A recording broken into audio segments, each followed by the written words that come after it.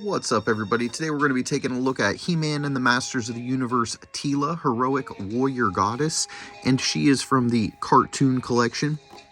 80s adventures here at the top. We've got a really cool picture of Castle Grayskull with like a bluish purple sky scene above it. As we rotate around to the back of the box, we got a cool little picture up here with Teela. We'll try to zoom in on that so you can get a better look at it. It says modernizing and celebrating the original 80s Masters of the Universe animated series cartoon collection. And then as we go down, we see we have Teela, Trapjaw, Merman, and Stratos in the wave. It does include the training robot, and you can twist her into powerful battle positions. So that's really cool. Let's go ahead and by the way, Trapjaw we will be unboxing next on the channel. I have not found Stratos or Merman yet, though, so I'm keeping an eye out for those guys. I think Merman is starting to hit Walmarts now. Stratos might be as well, so we're keeping an eye out for these two. We've got these two collected, as well as Skeletor and Man-at-Arms, but we're still on the lookout for these two. So let's go ahead and get her pulled out of the box and take a closer look.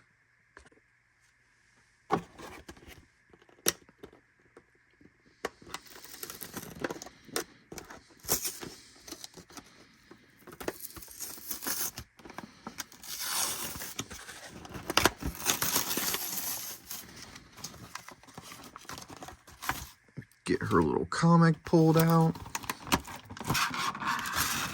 as well as a Teela, and it looks like her little sword also seemed to kind of fall out the bottom. So I think it was positioned somewhere in here, maybe.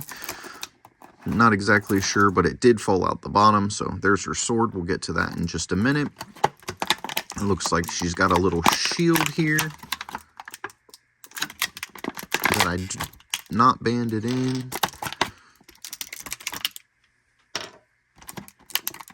And where she got bands, maybe just her ankles. All right, let's get that thrown off to the side. Let's get her comic book set off to the side and get her posed up here, if we can.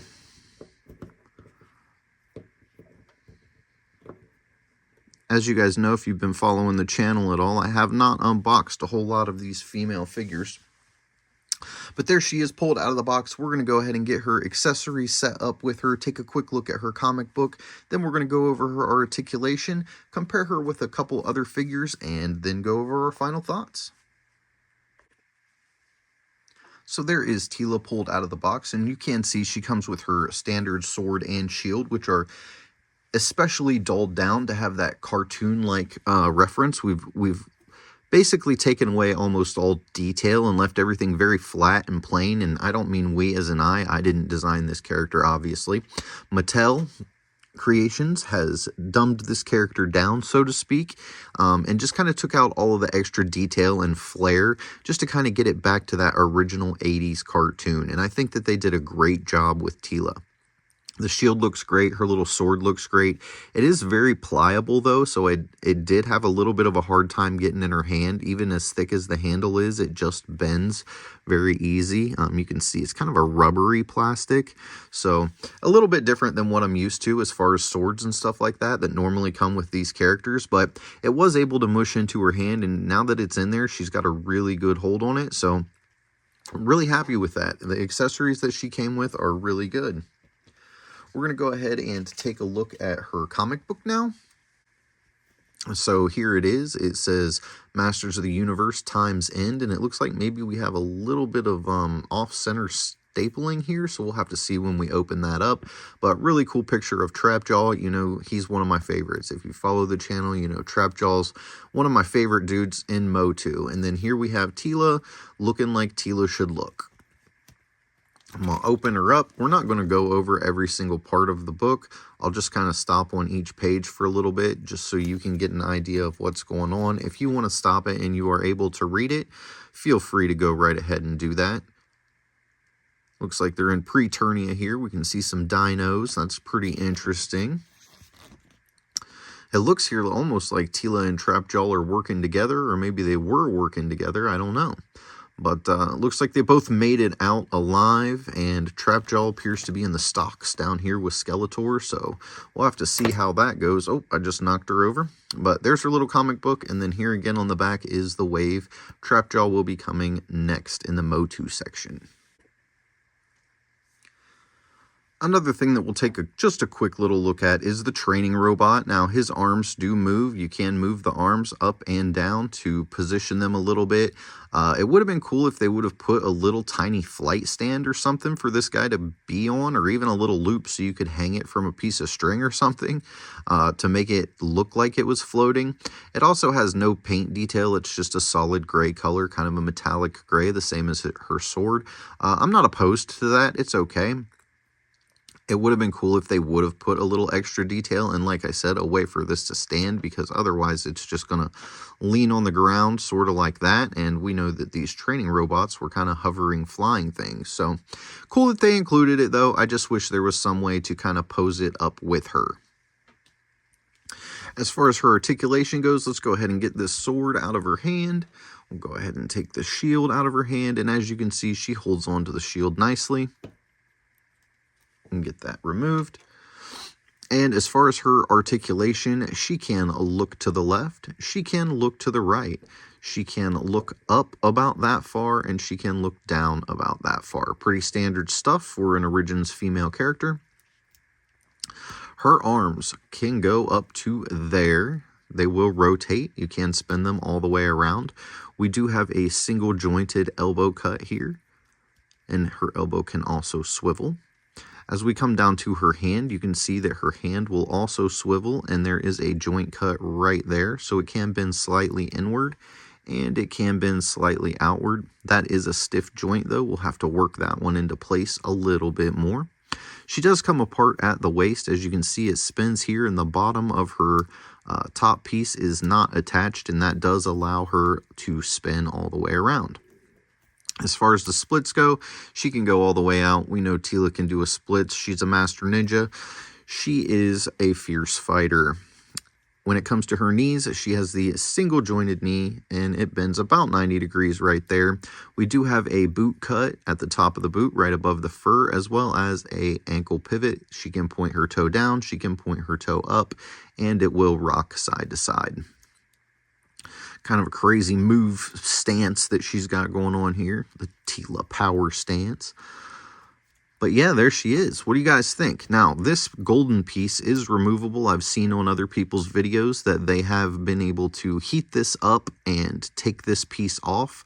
I believe she just has her white normal uniform underneath there. It's basically just like a white tube top. So we're not going to pull that off. I did not bring a bucket of hot water or a hairdryer down here to heat these things up. I have no interest in taking this top piece off.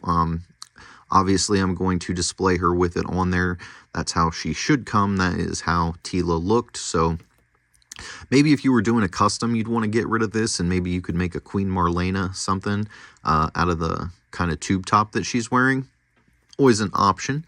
Just depends on how much of a customizer you are. So there is Teela. Pretty quick, easy review. Not a whole lot going on with her. We will go ahead and bring a couple other people down just to compare with her, and then go over our final thoughts. Alright, so just for a general comparison, we did bring in a couple other figures. To the left, we have a Masters of the WWE, Stephanie McMahon. She's kind of in an Evil Lynn type attire.